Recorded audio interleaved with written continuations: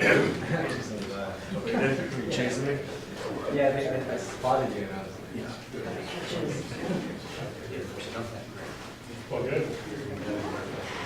Well, the heavyweights arrive, I think we probably can do it. go ahead. Okay. Yeah, you want to come up? Sure. Well, hey, thanks a lot for coming, you guys. Today, we heard that other guy was having a press conference too, so really appreciate it. I'm Mike Hickey with the National Federation of Independent Business. I run NFIB in Minnesota, and we're excited to be here with our good friend Jeff Johnson today. We're excited about his candidacy, and we're here to officially endorse him today. Jeff was a very good friend of ours when he served in the legislature. He's a very impressive legislator.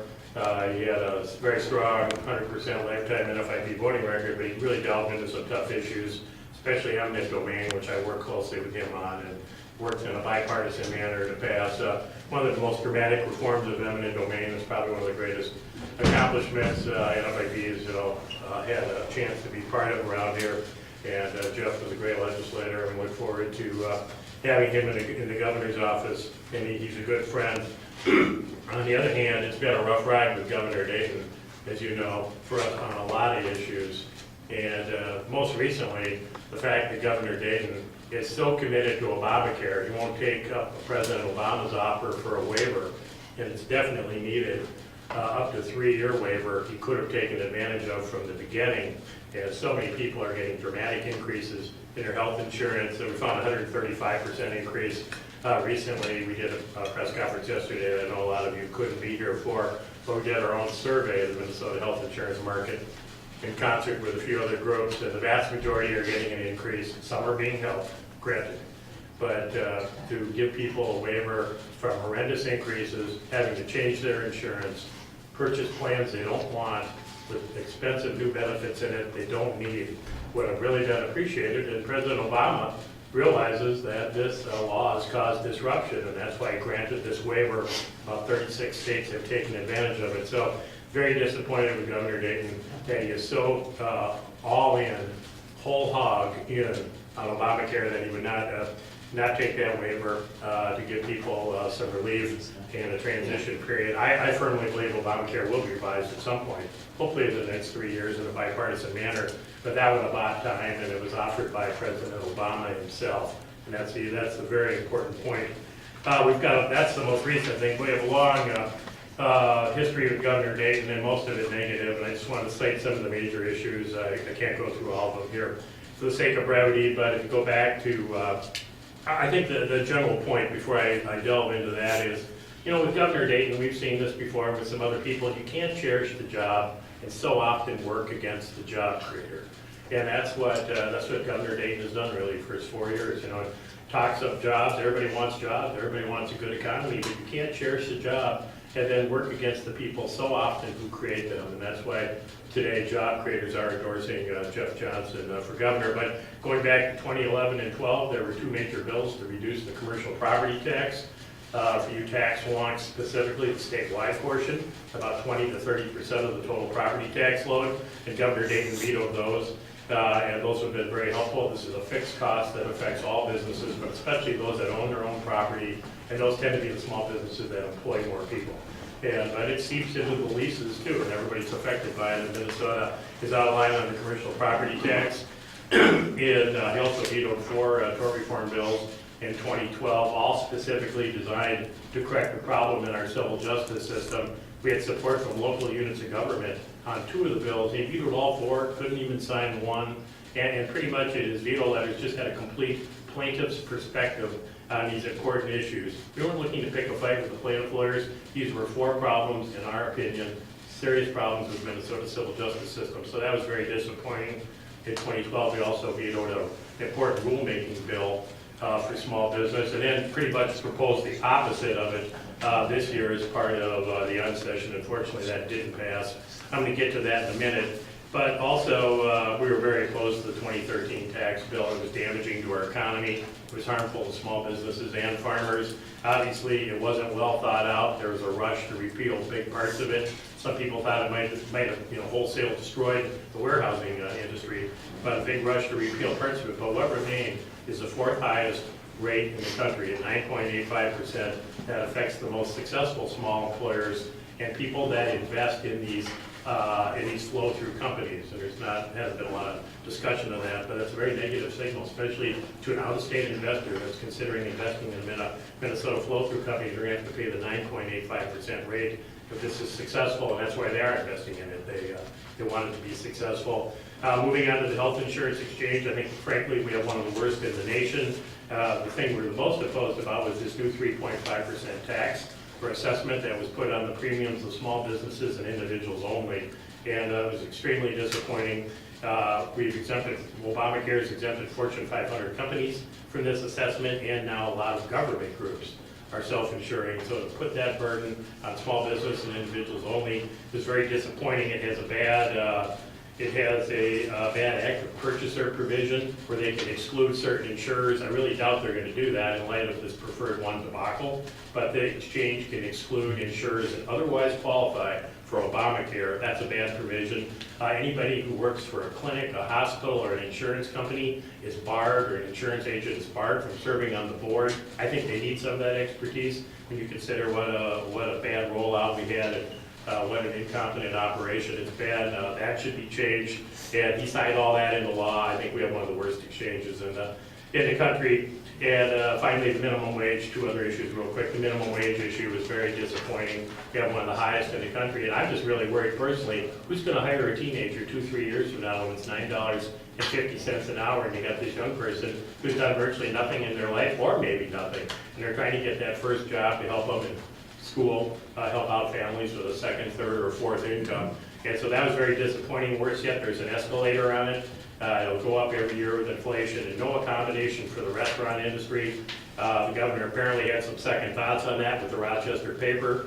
As you know, his sons have a restaurant enterprise, but where was the action on that? That bill was in conference committee for 9 months, and certainly could have been. He would certainly had all the authority and leverage to insist on doing something for restaurants. And finally, we're very disappointed with a provision that was in last year's Women's Economic Bill, and it dealt with putting familial status under the Human Rights Act. It got very little discussion, and we don't need a controversial lawsuit provision like this in a bill to help women. But basically, we make 1/3 of the state new protected class now. Familial status, any employee who has a child under age 18 is part of a new protected class up there with race and sexual orientation and disability. It was unbelievable.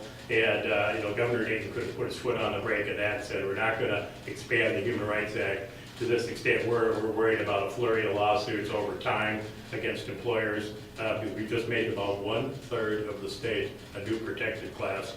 Finally, I do want to acknowledge that Governor Dayton has helped us out on the estate tax issue, and we appreciate it. He signed 2 changes on that, and that's a big issue for family-held businesses and farms. But in totality, the negative far outweighs the positive, and we feel we're in a lot better hands with Jeff Johnson based on what he's done with the legislature and what he's pledging to do. And job creators are with Jeff Johnson. Actually, Doug Seaton just wanted to make a brief comment. He's a member of ours. I'm going to turn it over to Doug for a second. Thank you, Mike. I'm Doug Seaton with Seaton Peterson Revenue. We're NFIB members and represent many employers who are NFIB members as well. And I wanted to say, one, I've known Jeff Johnson for many, many years. He's going to be an excellent governor. We're looking forward to that time. The job providers that I work for and represent, some of them with as few as 1, 2, 3, 5, 6 employees, are looking forward to Jeff's gubernatorial position as well. I'm the lawyer who's represented child care providers and personal care attendants in resisting unionization in Minnesota. The governor tried to do this with a sneaky executive order 2 years ago, which was stopped by the courts, and he was determined to have no legal authority to do it at all. He was forced to pay attorney's fees to our plaintiffs, and we stopped it. The legislature is now, in its not-so-wisdom, passed legislation to do this. We're resisting this in court, too. These are very small businesses who are child care providers, some of them with 1, 2, 3 employees, but they have no business being unionized by the state. And it's a shame, it's a travesty, and it is payback to Dayton's public employee union supporters. And it's not the first example of the governor doing everything he can to pitch taxpayer money to to his supporters in the public sector unions, AFSCME and the SEIU. It's a shameful case of the governor taking taxpayer money, handing it to his supporters, who then hand it back to him for his political campaigns. And it's a shame. Jeff Johnson's going to stop that travesty and let those women who run those child care centers and the personal care attendants, mostly women also, back to running their own lives with their own family members and the parents who entrust their children to them once again. So that's one big issue for me and the people I represent who are NFIB members in many cases as well. And it's part of the reason that I'm very happy to join in the NFIB's endorsement of Jeff Johnson. And may he win. Thank you. Well, without any further ado, just wanted to turn this over to Jeff, and thanks for being here to Jeff, and we're happy to endorse you. Yeah, thank you, appreciate it. Well, thank you all for being here, and thank you to Mike and to the other members here of the NFIB Leadership Council. I am truly honored to have the support of your approximately 13,000 members here in Minnesota. You guys are the heart and soul of our economy in this state. You are the small businesses that are on every street corner, every main street in every region of Minnesota, and we all turn to you as citizens for our needs. Also, as Mike mentioned, you're also the small businesses that have been largely clobbered by Mark Dayton, especially the last couple of years with his tax increases, with his crippling regulations and red tape, and with his destruction of the health insurance market. Mark Dayton and I could not be more polar opposites when it comes to how we view and how we will treat small businesses and small business people. I will do everything I can every single day to help our small businesses grow and create jobs in the state. And I think that'll be a welcome change for this heart and soul of our economy. It's something that they need and something that they deserve. So again, thank you to all of you. Thank you to Mike and to the NFIB Leadership Council for your endorsement. Before I take questions, or we take questions, I do want to add one other thing regarding what we learned yesterday, late yesterday, that preferred ones' health insurance rates are going to increase an average of 63%. 63%, and that's the average, so that means a lot of people are actually going to have increases of greater than 63%. So all of Preferred One customers are going to have to make a decision as to whether they want to pay that devastating increase, or stay in the MNsure exchange, or maybe move to the MNsure exchange and pay that devastating increase, which we learned early on, a couple weeks ago actually, from the Minnesota Association of Health Underwriters, that that increase within MNsure is going to be somewhere between 8% and 43%. Now, 2 weeks ago, the governor stood before all of you and proudly told you that the average increase within MNsure was going to be 4.5%, and that we ought to celebrate that. This newest news, what we learned yesterday, just reminds us of what we already knew. That 4.5% statement, that 4.5% statistic is bogus. It's meaningless. It's nonsense. It was a blatant lie coming from the governor. And we knew that within hours of him actually saying it. And the problem is he continues to spread it to this day. I just heard him say it a couple days ago. I believe Governor Dayton needs to apologize to the people of Minnesota for lying to us about MNsure rates, because families and employees and small businesses are about to get hammered in ways that they can't even imagine right now, while Governor Dayton continues to spout that 4.5% lie. And I just believe Mark Dayton should apologize and start being honest with the people of Minnesota about what is about to happen with his MNsure rates. So with that, we are happy to take any questions that you have. Commissioner, the governor, you believe, misled the people of Minnesota and did it deliberately, that they arranged this. Absolutely. It was done for political reasons so that they could continue to say that we have low rates in this state. But once again, we learned, I think within hours, you guys figured out that 4.5% number was absolutely nonsense. And they continue to spread that lie. And follow up, what does it mean if, do you believe the Commerce Department is involved in this, and that the governor and the Commerce Department work together to massage these numbers? I don't know, and I will probably never know that. Well, the Commerce Department is the one, the agency that's telling us it's 4.5%. Yes, yeah, absolutely. The Commerce Department came up with that number, and then the governor held a press conference to say this is the number and we should celebrate that number.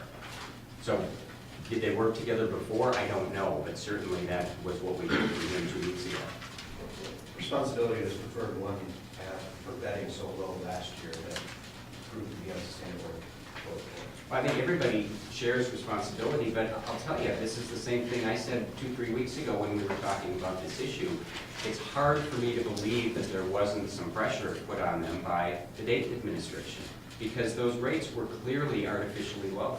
But what they did was they created the narrative that the governor had, which he's been talking about for a year, that we have the lowest insure rate or the lowest exchange rates in the country. And it was bogus all along, and we've learned that in the last few weeks. But isn't it the role of the Commerce Commissioner to negotiate rates on behalf of consumers to make sure that the rates are as affordable as possible? The role of the Commerce Commissioner is to make sure that the rates are actuarially sound, which they clearly weren't. It's pretty obvious. So I don't think the Commerce Department was doing its job. So you don't believe that the Commerce Department should be thinking about the consumer? No, absolutely. And that's the whole point of them making sure that the rates are actuarially sound. But if you're putting pressure on a company to set rates that are below what the market will bear, that are artificial, in order to politically be able to say that our Obamacare exchange has lower rates than the rest of the country, I don't think that's proper at all. And is that just conjecture though? I mean, you're implying that the Dayton administration pressured Preferred One to introduce artificially low rates. I mean, what are you basing that on if you're going to make such a explicit charge? Sure. Well, we've talked about this before. I base it on common sense. But that's not evidence. Yeah, I base it on common sense because if you are Preferred One and you're setting rates, so they're increasing the rates 63%. They didn't make a small mistake here. This was a huge underpricing of the market. And what it provided the governor was his talking point for the last year.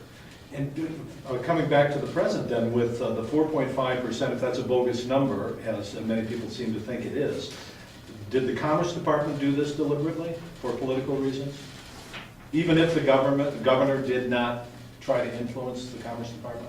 I believe so, yes. And when you actually look at how they came up with that 4.5% number, I think any rational person who looks at that will say, it's just not a true number. And it was clearly done for political reasons, and unfortunately, for them, there was too much time between throwing that number out in Election Day for them to be able to maintain that political, the political story that they wanted, which is that our rates are low and the increases are going to be very, very small. Well, one of the options that you've laid out to banks is more competition, moving away from the government controlled exchange to one that. So in that scheme, would a customer who had Preferred One be able to buy it from Preferred One and still qualify for the subsidies? Is that kind of what you're talking about? Yes. And that is, I've talked about the Section 1332 waiver under the ACA, and what that requires is that if you want that waiver, the state innovation waiver, you still have to provide insurance to everybody who would have insurance otherwise under Obamacare. But it would, I'm hoping, I haven't actually looked at exactly what we have to do there, but I'm hoping that it would allow you to eliminate the government-run exchange, maybe let the private sector create an exchange that anyone can come into and still be able to qualify for subsidies that the ACA provides. To jump into a question about jobs, during this press conference, during the endorsement, you guys are sort of describing the state's economy is doing poorly. Under Dayton, his jobs record has been strong, but today new numbers released by Deed show that the state's unemployment rate fell to 4.1%, lowest level in 8 years. Nationally, unemployment claims are down to the lowest level in 14 years.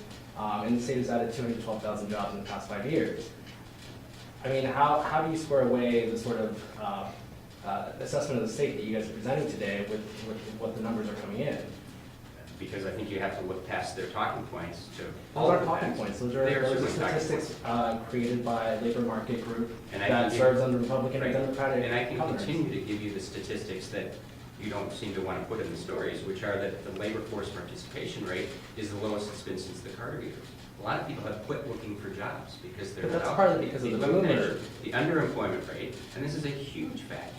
We could have an even lower unemployment rate, but if half the people in this state can't find a job that matches their qualification or are underpaid because the good careers aren't out there because we're creating low-wage and part-time jobs, But I think that's pretty Professional much business services has been leading the job growth over the past year, going 3%. I mean, those are typically white-collar jobs. Yeah, but the underemployment rate's at 53%, according, and I know the Dayton administration says The that's E6 not. rate is at about 4.3% currently. That underemployment statistic only measures education attainment levels compared to what your job requires. It doesn't provide data on job satisfaction, on wages. It doesn't provide any of that data. You're taking a non-standard product put up by Deed that measures education attainment. And the state has historically had a well-educated workforce. Yeah, well, I mean, I'm sure that's what Mark Dayton No, it's is not. saying, because I've heard it from him, but travel around the state, Carl, talk to people. There are great concerns about jobs right now. There are so many parents, I can't tell you how many parents at the state fair told me that their college grads living in the basement, and they don't want them in the basement.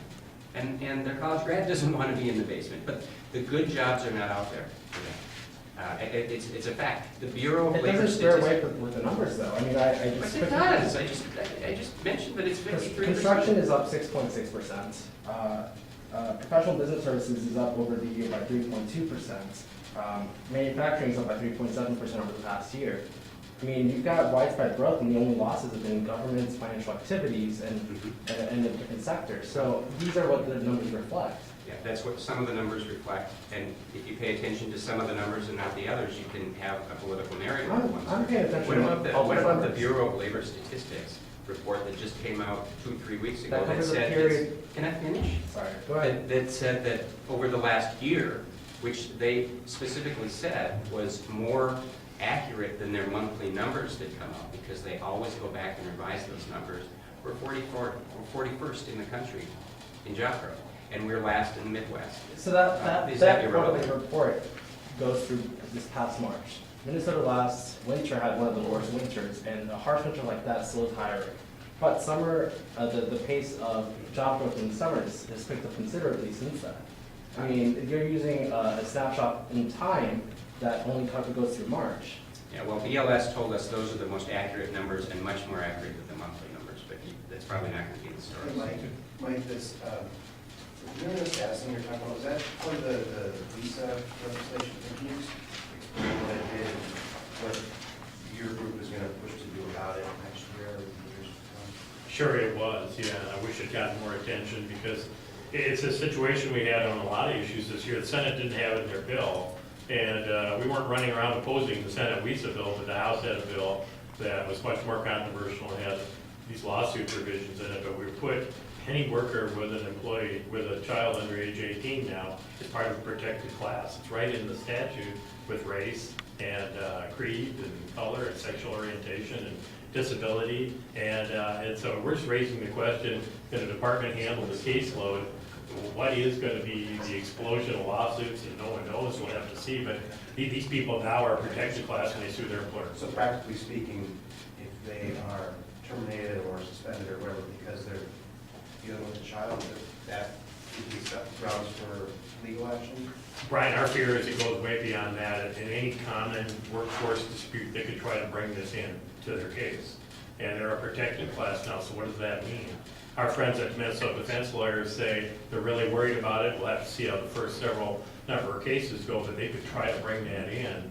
Or it brings up the practical question about I can't meet deadlines because they have to go pick up a child, or I can't get here to work on time, they have to go pick up a child, how the other employees feel about that. But any common workforce dispute, they could try to bring that in. We're talking to people about trying to do a small business exemption. EEOC has an exemption to 15 wives. And EEOC doesn't have this in there, by the way. It's important to note. 6 states have this, and we became the 6th. So we're looking at some kind of a small business exemption, because these kind of lawsuits just wreak havoc on a small business. They don't have wherewithal to, And Commissioner, you're a former employment lawyer. I mean, is this something that you would seek to roll back, tear down? What's the No, I don't think we can revisit that. It's certainly not going to be a priority of mine as governor. Commissioner, the NFIB opposes the minimum wage hike. If you're elected governor, will you stop it from going up and also the escalators? Yes, the escalators, yes, and I've been pretty consistent, pretty clear on this, that I didn't support that increase because I think it hurts the people that we're trying to help. However, now that it's in place, I don't think business wants a roller coaster of minimum wage. So what's in law right now, I'm not going to seek to reverse. However, that automatic escalator is terrible policy, and I certainly will seek to repeal that. You would repeal it, but failing that, you would not allow is the labor commissioner to increase that? Right, yes, that's right. And that's, just to clarify, that's under any circumstance, because right now, he or she could make the argument, okay, under economic circumstances, the economy's bad, but you would suggest to, or ask whoever the labor commissioner is, this is not going to increase under my administration during my term. I would, but we still have to follow the law. I mean, it still has to be based upon what the economy says itself. But I would prefer not to have the escalator in there at all. I think if you're going to increase the minimum wage, that the legislature should vote on that.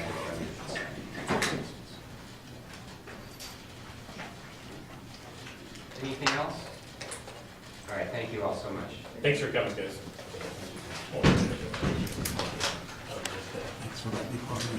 I'm getting old, yeah. Good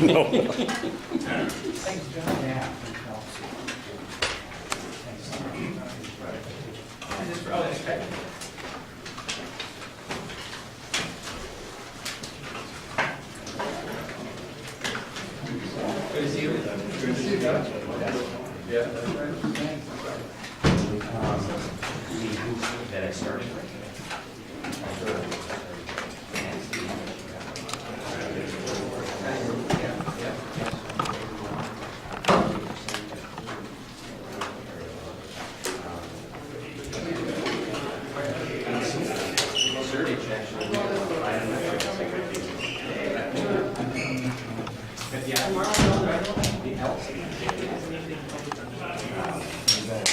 I mean, there's age precedent. Or was he 2 years after? I'll let you know. That's okay. Yeah, I might have said, I think she did. She was over there for years.